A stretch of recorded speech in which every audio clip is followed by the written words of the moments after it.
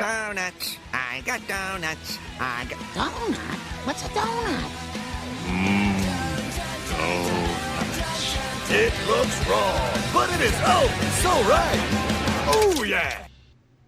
In April 17th, 1987, the world was introduced to The Simpsons on The Tracy Ullman Show, created by Matt Groening. And on December 17th, 1989, the first episode of the 22-minute long television series, The Simpsons, aired. And this is where our story begins. Hello, my name is Kien, not Keith, and I am here today with my beautiful co-host, B, and welcome to the first/pilot episode of Duff and Donuts. So, this is going to be our Simpsons podcast, and the way this came up is my wife legitimately loves The Simpsons so much that she has a lot of Simpsons stuff, and you take it away. Like, how did you end up? Why do you like? What made you like The Simpsons? So, when I was younger, we lived in a really super small town in Iowa that only had basic cable. You know, it was like news, PBS, and Fox. And so I've been watching it for most of my life. As everyone in the community agrees, the first, season 1 through 10 is, kind of the golden stage, kind of when it was in its prime. Some people say that it's past its prime now. I've continued to watch, to this day, all the new episodes. But yeah, I still have love for the older ones, definitely, so.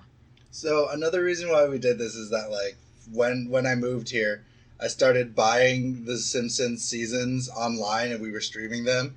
And then every time we would watch it, before the line would ever hit, she would know right away what that line is. And I'm just like... I would overquote it, in my opinion, and I actually thought he might want to divorce me because of that. Honestly, I was just like...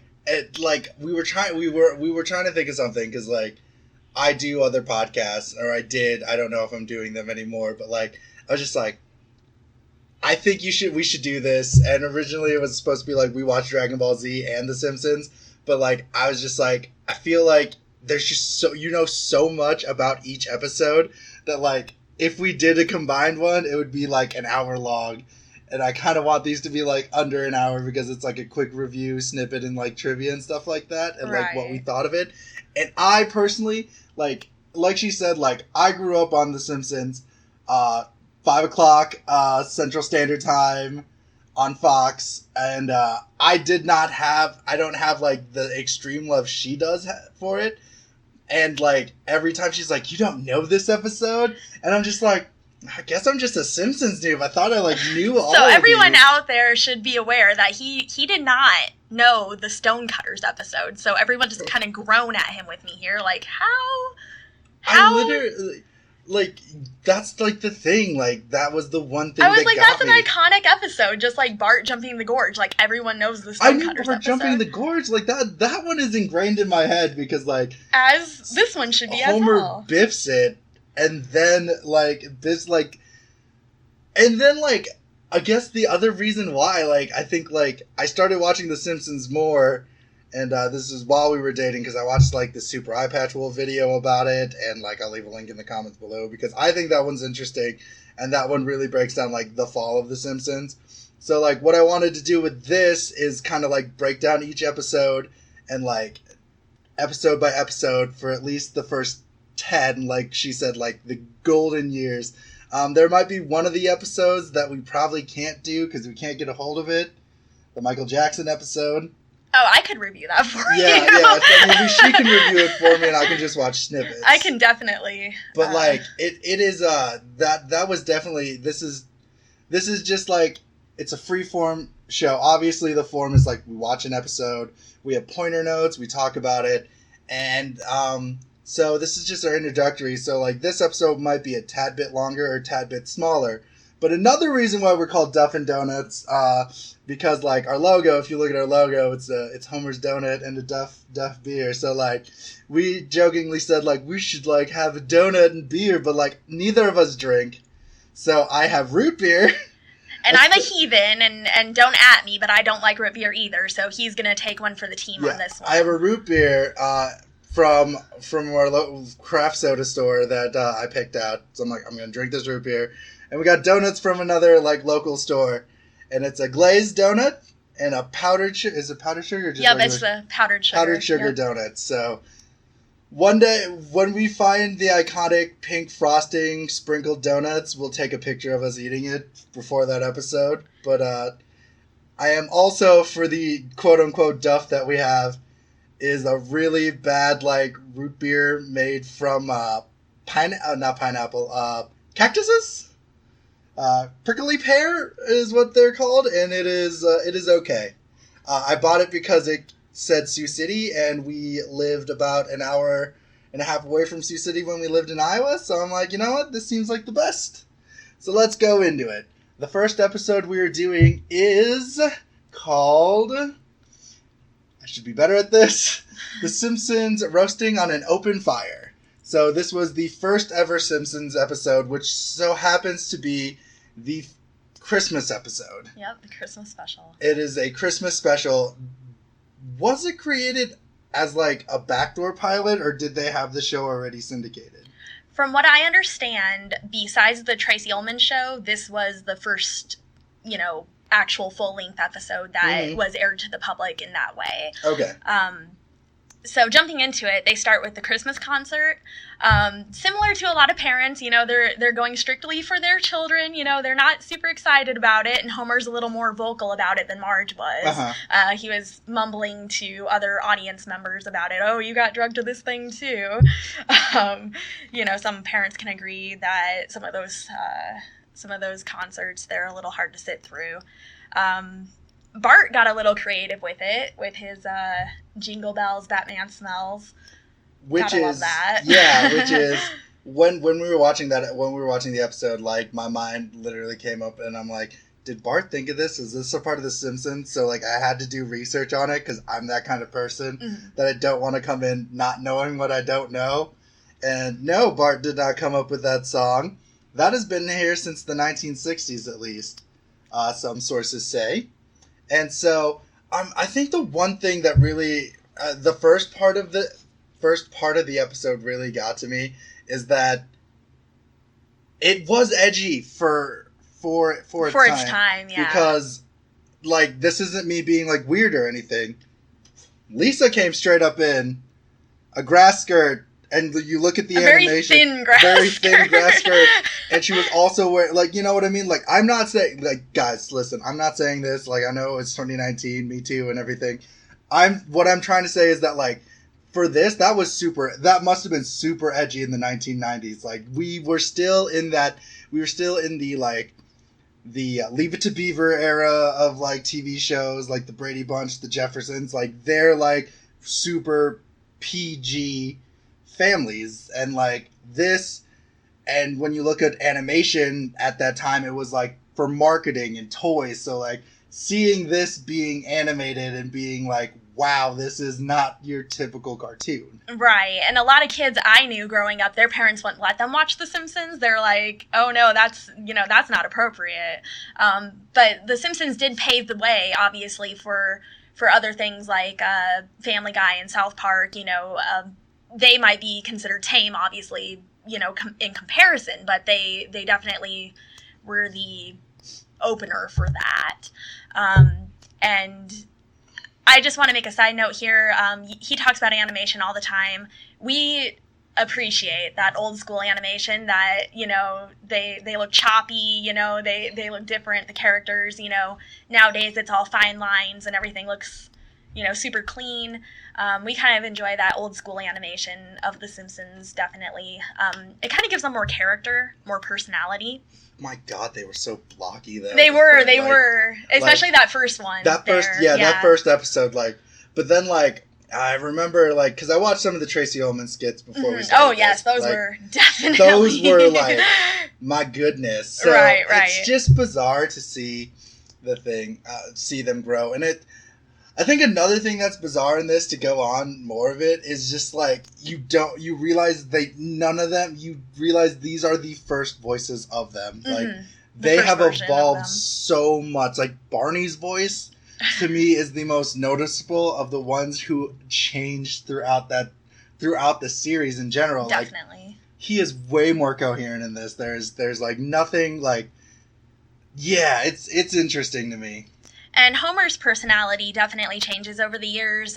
As fans know, he kind of started out being like, you know, we were supposed to relate to him, kind of. It was like, yeah, you know, he's kind of a doofus and he makes mistakes, but for the most part, he was a good guy trying to do right by his family. He was the everyman. He was supposed to be like, from what people have said, and this is, again, I don't know this personally, but like, if I could equate what Homer Simpson was for the media right at that time, he was the Archie Bunker of the 1990s, because he was the mess up dad, the dad who would make mistakes and wouldn't know how to get out of it. Like, right. TV dads at that moment didn't have that. They were always like, well, we'll figure it out at the end, son. I love you. Definitely. Like, Homer was the dad. Like, even in this one, he means so well. He meant well, yeah. Like, he does some really dumb things, but he means so well. Like, but the thing, when you think about it,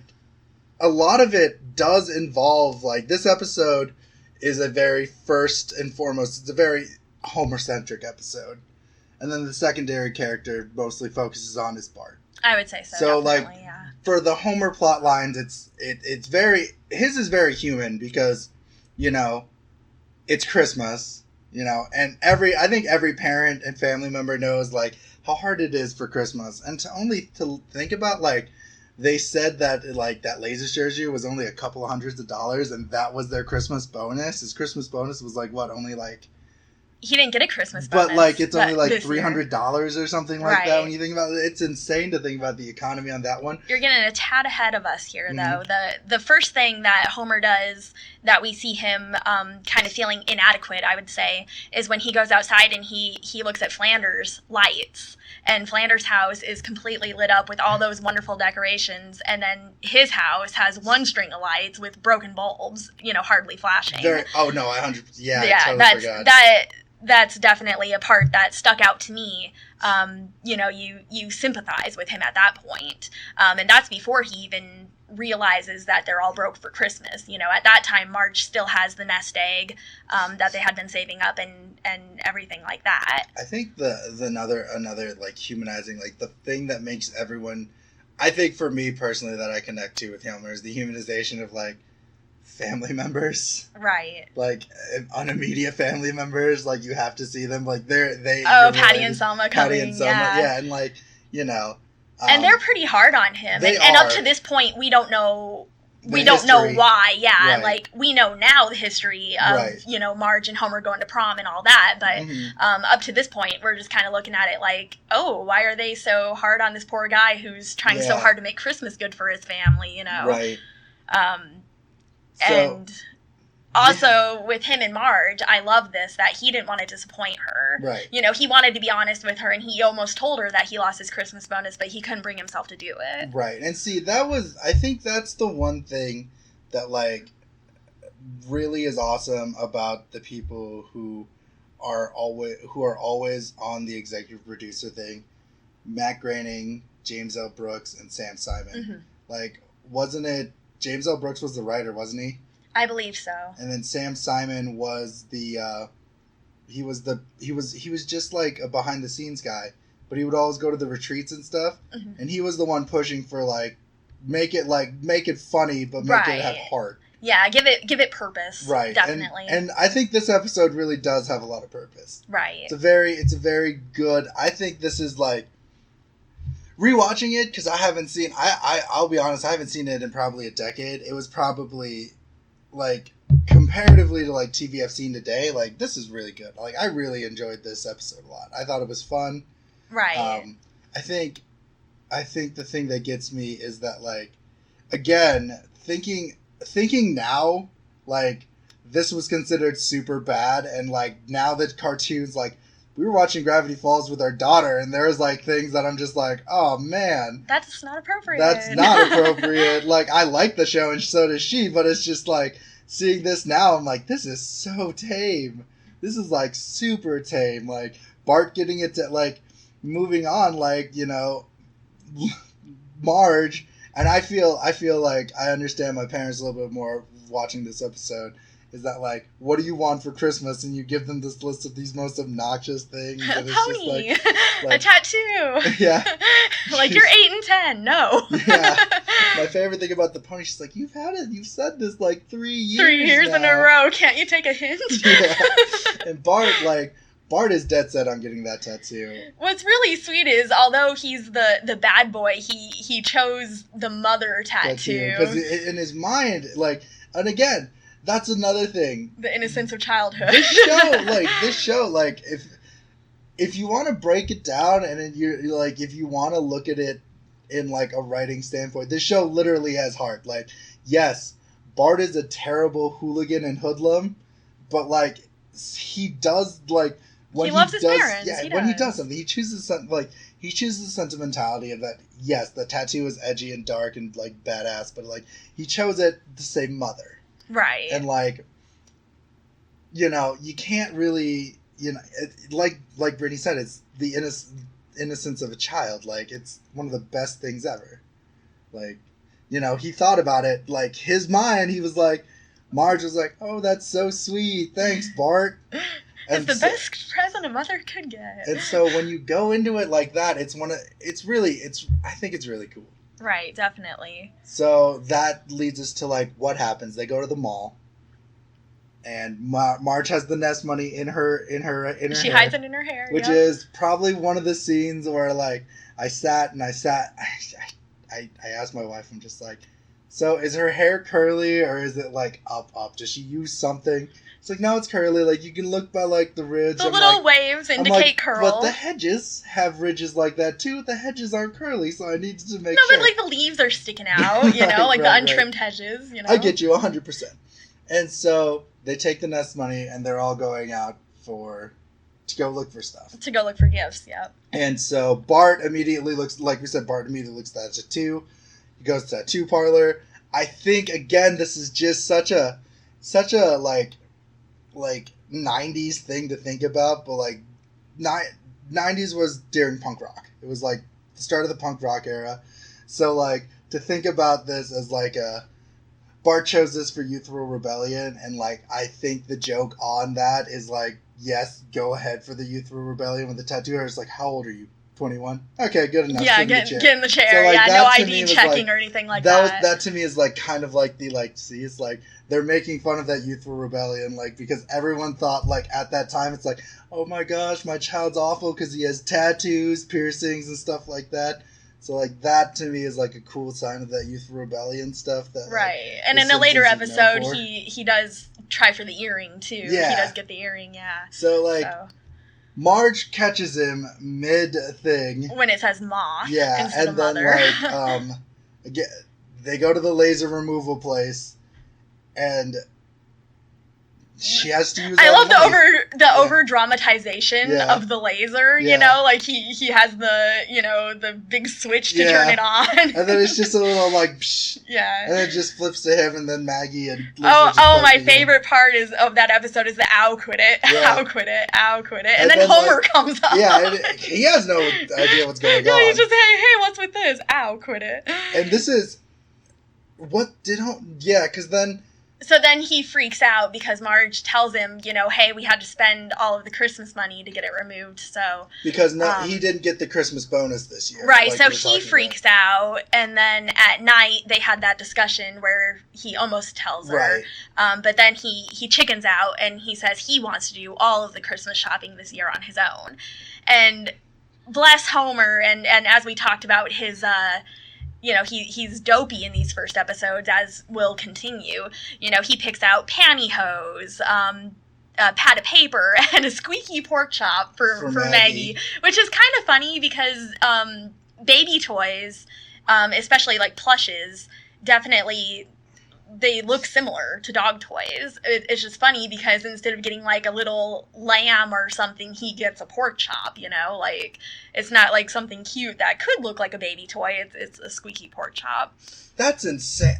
You blew my mind with that one now. I'm sorry. Like, yeah, no, it blows my mind. Like the point of baby toys is that they're supposed to like squeak or rattle or 100%. something fun for the baby to stimulate them. But so then Homer goes to Moe's Tavern, which gets a rechange to that first season, because when I first saw that, I'm like, man.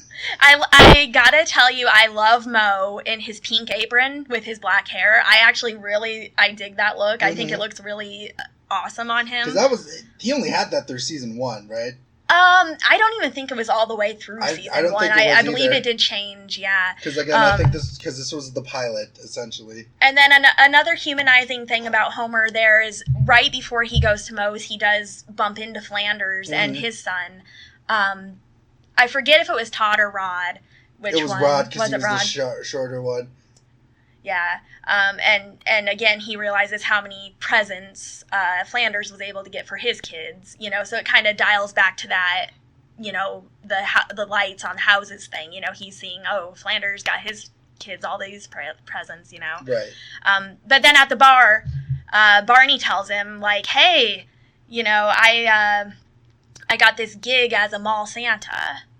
And so, was that it? Yeah. Yeah. Because then he signs up. Yeah, then he signs up to be a mall Santa, and he has to go to class for it. And it was one of those things where, like, that scene, it was funny because, like, all the people are Santas.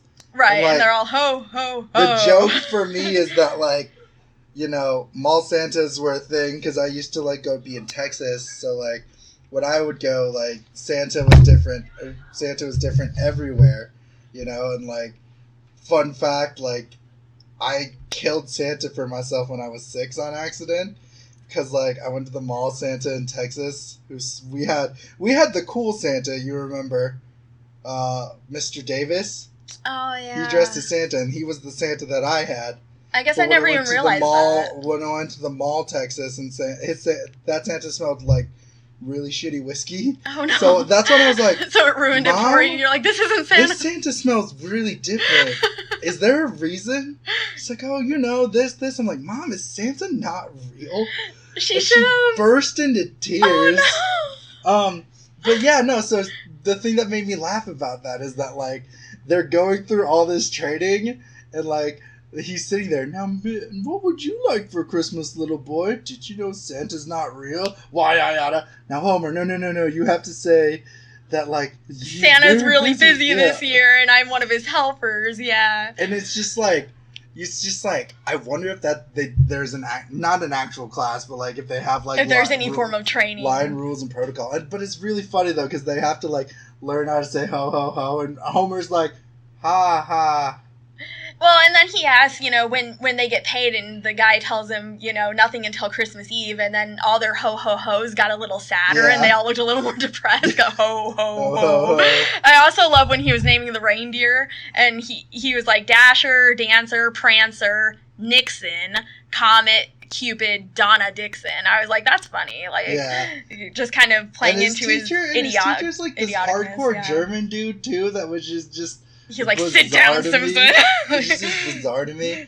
So, like, he does the mall Santa thing. Right, and Bart, being the little devil that he is, he's like, I'm going to pull off Santa's beard, not realizing that it's Homer. Mm-hmm. I also love that whole, like, what do you want for Christmas, little Bart partner, like he tries to, like, cover it up, little partner. And, like, you would think, like, he would know that Bart was going to pull some shenanigans. Yeah, you'd think that he'd have been on his guard about it. Like, but... I know you. Like, I raised you. Right, he should have known. This, yeah. But then playing back into Bart's love for his parents in this first episode here, definitely he was like, I'm sorry, I didn't know it was you. Otherwise, I wouldn't have done that. And then he, like, kind of teams up with Homer to try to fix Christmas at that point. Then it's kind of like, oh, hey, I don't want the rest of the family to be disappointed either. So what can we do here? And, yeah. So then they get their money. The whopping $13 for being a mall Santa. And you find out, like, they're like, but I thought $120. They're like, taxes, you own the suit, the belt, like, everything. Right, like, not even that you rented the suit, like, you had to pay for the suit. It was like, and I think they said, like, girdle, too. Yeah, something like that. She named him off pretty quickly. Yeah, she said I think it was girdle, and I was just like, man, this is really messed up. And, like, that's the true part. Like, this is, again, like, the this is not your typical American sitcom of the 1990s. Right. It's kind of like the screw you that real life does. This is like, because this is pre-Roseanne as well. This is definitely This is like you worked hard, this is but... middle-class America. Yeah. This is like true middle-class America. Where like, you had shows like Full House at that time, where like, they were middle-class, but they were fiscally wealthy enough that you would wish to be like them. Well, they also had 3 working adults in the household, but yes. But like, this is middle class where they're like making ends meet. And right, by paycheck to paycheck kind of thing. Paycheck. Yeah, definitely. And so like, they're going, Barney's like, hey, let's go to the dog races. Right, he says he has a sure winner for the dog races. Before they do that, though, don't they go back home for a minute and... the Patty and Selma are there. Yes, with Grandpa. Yeah, and they're like, they make the comment that it doesn't look like Christmas because there's no tree. Yeah, so Homer goes and gets a tree by cutting it down. And we were looking at this, and again, this is just our adult brains hitting like $45 for a really crappy tree. Right. When you look at inflation, that means like trees nowadays would be like $300. It's just like, good lord. Yeah, so in a typical Homer move to save money, he goes onto someone's private property and steals a tree that happens to have a birdhouse still in it, which of course, I believe it was Selma that pointed it out. Yeah. She's like, why is there a birdhouse in it? And he's all, that's an ornament. Yeah. But yeah, so just, kind of checking in back at the house, seeing that, hey, I'm still not... it's not Christmassy enough. I'm dropping the ball. I need to do more. So they go to the dog track.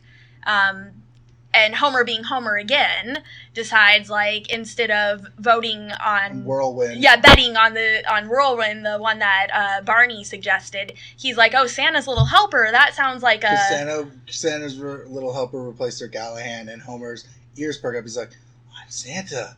Right, it's right. Just like Bart's looking, he's like it's a sign, and Bart's like, He's like, Homer, this is not a Christmas. And he's like, Bart clearly states, he's like, this is not a Christmas special, Homer. Do not do this. Right, but Homer kind of talks Bart into, quote unquote, believing in him because he's like, hey, I need this, So they bet on Santa's Little Helper, and obviously that doesn't go the way that they plan it to. My favorite line, and I can't quote it because I'm really shit at quoting stuff, is Bart's line after Santa's Little Helper comes in last.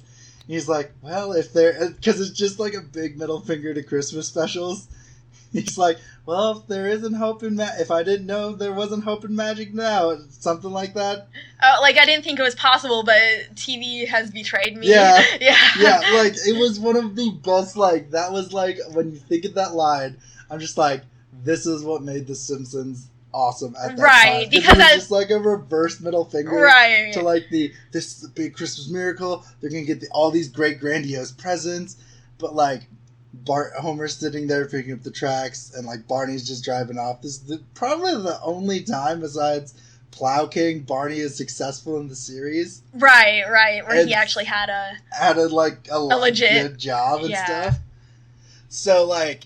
For me, it was like funny. It was funny because like then it does become the heart.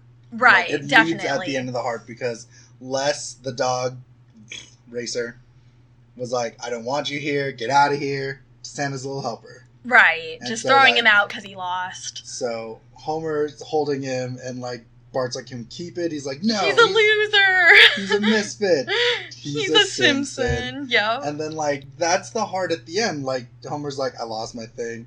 But then comes with the dog, and, like, people just, they forgot about it. They didn't care that he didn't have a Christmas bonus. Right. He still brought something. He brought some. He brought a dog, which is, every child's, like, Christmas wish is to have a puppy. We're not going to do that. No, we're not going to. We can't do that. I know, I'm just. But, I mean, they did, up till this time, though, Patty and Selma, all they could do was trash him. Mm-hmm. Like, when they were at the dog track, it did flash back to the Simpsons living room where they're all watching that Happy Little Elf Christmas special. And, Patty starts, she even says, I'm just trashing your father to Lisa. And then I want to touch on Lisa's character a little, too, because this is something that I've noticed from the very start with her, was that she is smart. right? You know, I mean, Right. she's continued to be smart. She's a very smart girl. You know, her answer to Patty about that. But I love that in these first few seasons, she is still childish because Right. she was loving that, you know, happy little elf. You know, she was like clapping and saying yay and stuff. You know, she was really into it. So that's just a little touch on her character that I have to bring up as well. But at the end, when they do bring Santa's little helper home, like Kien said, you know, they just everyone forgets about the fact that he has screwed up to this point, and you know, Marge is happy, everyone's happy with the dog, and then Bart makes that little quip, you know, if he runs away, at least he'll be easy to catch, you know, kind of like a inside joke with him and Homer that, you know, he was the loser at the dog track, you know. For all Marge knows, he went out and actually bought the dog. Yep. So, let's get into some quick trivia. First thing I want to say, did you know when The Simpsons came out in 1990, after 11 months, 90% of families knew The Simpsons as The Simpsons TV show? Only 14% of those 90% knew that they were originally from the Tracy Ullman show. I believe that. Statistically speaking. I actually had no idea they were in the Tracy Ullman show till I was in 5th grade when they did the re-release rerun of the Simpsons clip show.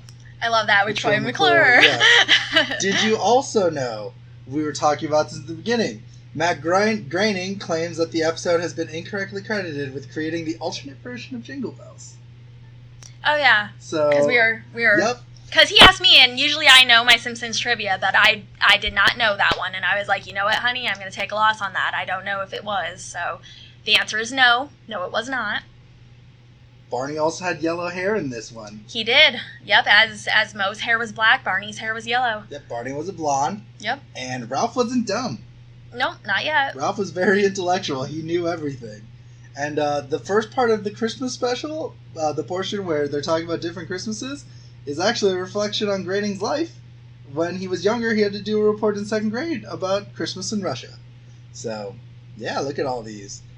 And it's really interesting. I think some of the other interesting parts of this is that, like, this show was a gamble.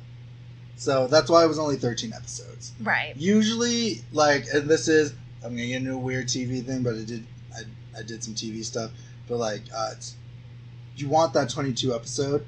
And, like, back in the 1990s, like, 22 episodes means that you're going to get a second season. Right. 13 episodes means, like, Maybe. and especially on Fox, because Fox is known for, you know, canceling shows, definitely. Right. It's actually kind of amusing to me that they've kept The Simpsons so long, especially with all the jabs that The Simpsons take at the network.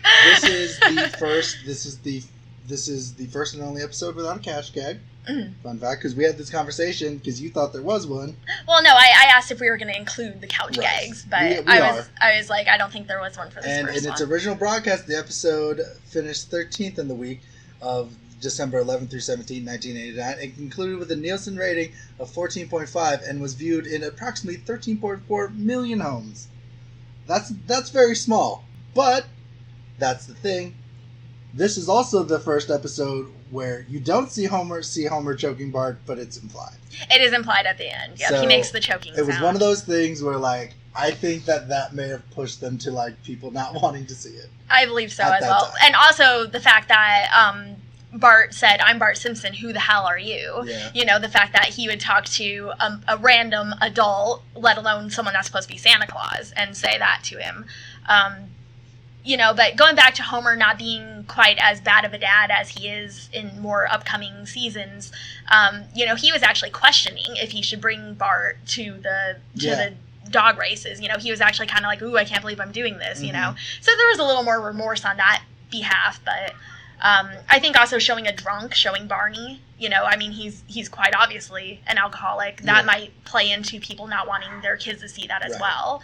So, another thing, this was actually nominated for 2 Emmy Awards in 1990. The Primetime Emmy Award for Outstanding Animated Program for programming less than 1 hour, and Outstanding Editing for a miniseries or special. Because Simpsons Roasting on an Open Fire is considered to be a separate special. That's interesting. The Simpsons was nominated twice in the animated program category. The episode would lose to its fellow episode, though, which we will later see, which is episode 9, Life in the Fast Lane. Love it. Yep. I can see why. Yeah. So, that is our first episode of Duff and Donuts. Hope you enjoyed listening to our very awesome voices. If you're listening to this car, if you're listening before you go to bed, have a safe trip. Good night. Don't forget to like, subscribe, and share. Listen to us. Give us a little. If you want to ask questions, leave them down in the comments below. Yep, comments, suggestions, whatever. Yeah, so obviously we're going to watch. So obviously this is going to be a weekly thing too. So like every week it's going to come out. So I'm not saying the date because I have no idea when this is going to come out because I'm going to do some stuff. But the next episode obviously is episode 2, season 1, Bart the Genius. So get ready for that one, guys. We're excited. All right, thanks for listening, guys. Have a good night or day.